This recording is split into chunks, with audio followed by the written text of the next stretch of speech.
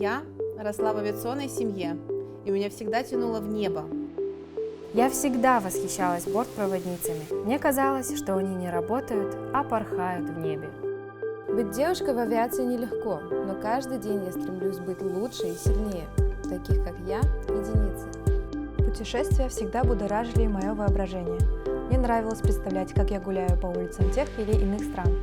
Пока я побывала в 4, но это только начало. Сейчас я второй пилот Airbus A320-321. Я провела в воздухе 3000 часов и перевезла более 200 тысяч пассажиров. Я бортпроводник-супервайзер. Это значит, что я несу ответственность за комфорт и безопасность пассажиров, а также работу своих коллег на борту.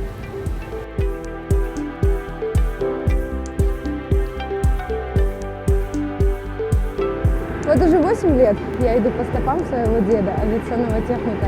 Мы многое можем обсудить как профессионалы. Мне кажется, иногда он хвастается мной перед своими друзьями.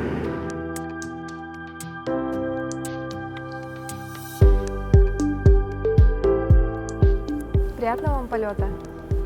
Каждый пассажир для меня целая история, увлекательная и неповторимая, частью которой я могу стать как агент наземной службы.